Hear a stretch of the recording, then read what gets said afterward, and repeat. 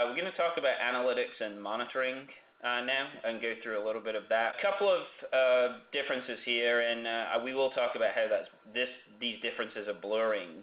On the analytics side, typical things that we want to know is, devices and operating systems.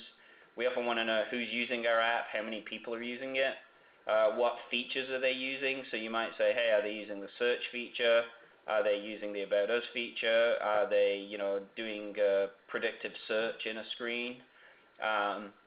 So the types of features that we might have in our app.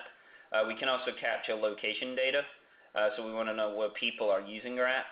And then we also want to know people coming back. So especially for consumer apps, enterprise are a given, but for consumer apps, are they using the app and then they're done, or are they coming back? And some of this information can also tell us if users are repeatedly going to certain features. It could be a good thing, or it could be they're having difficulty finding something. And then finally, commerce. So we often, if the mobile app has financial transactions, we want to track the commerce side. On the monitoring side, we capture some similar information, but really for a different purpose.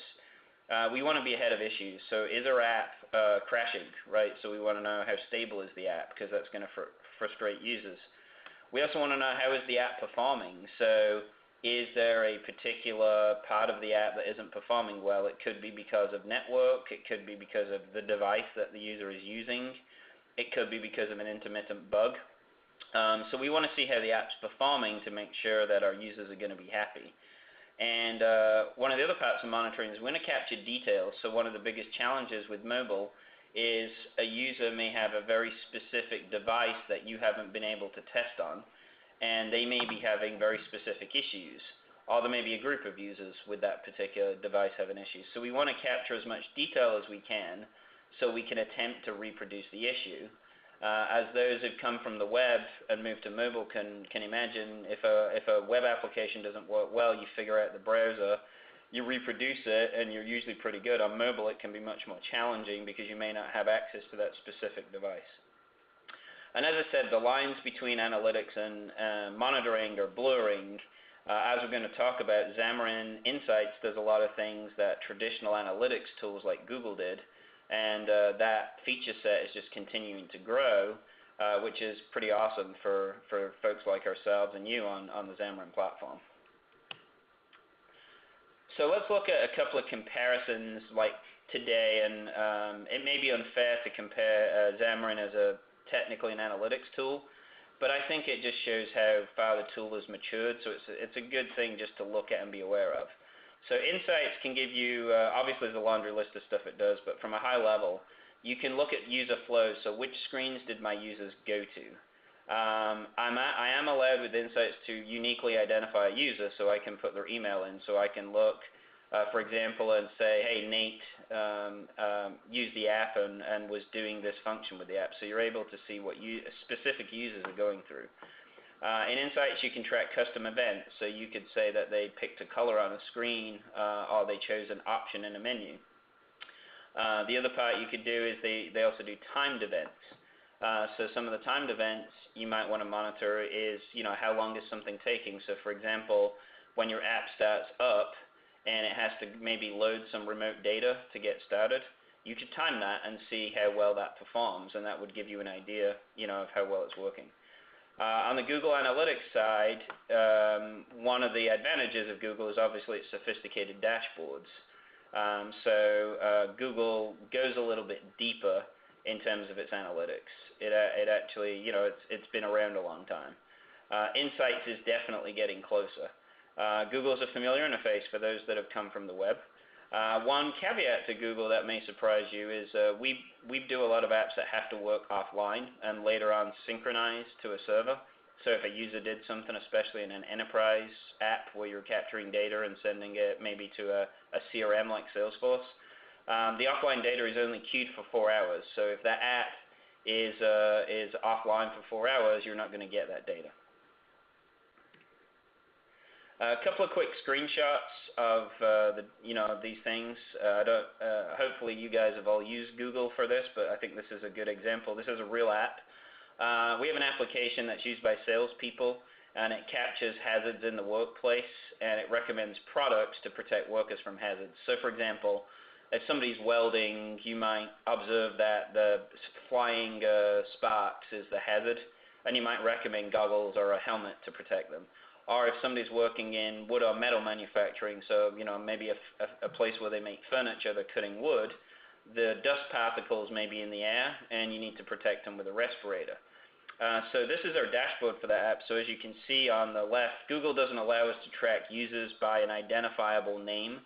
So the list of Salesforce users here is the users that logged in, and behind the scenes we can go look up, which Salesforce users are actually using the app, and then we can actually see the things that people did. So in this one, this is a pitch, which is basically generating like a proposal for a customer. We can see what they selected to go into their pitch. I was talking about hazards at the beginning there, so here's the list of hazards that people are selecting. So, how many are they selecting, what's popular, so we can see chemical exposure, which could be, hey, somebody's exposed to bleach, right, if they're a cleaning company. Shows that that's a popular one. And then the solutions that are selected, these are the products to protect you. So it looks to us like the G40 foam, which is a glove, it's a glove to protect your hands, is the most popular one. So this is, really useful information in Google that's for this mobile app and influenced how it worked. We've got another example here of Xamarin. So from a Xamarin perspective, we're seeing like the active users and new users.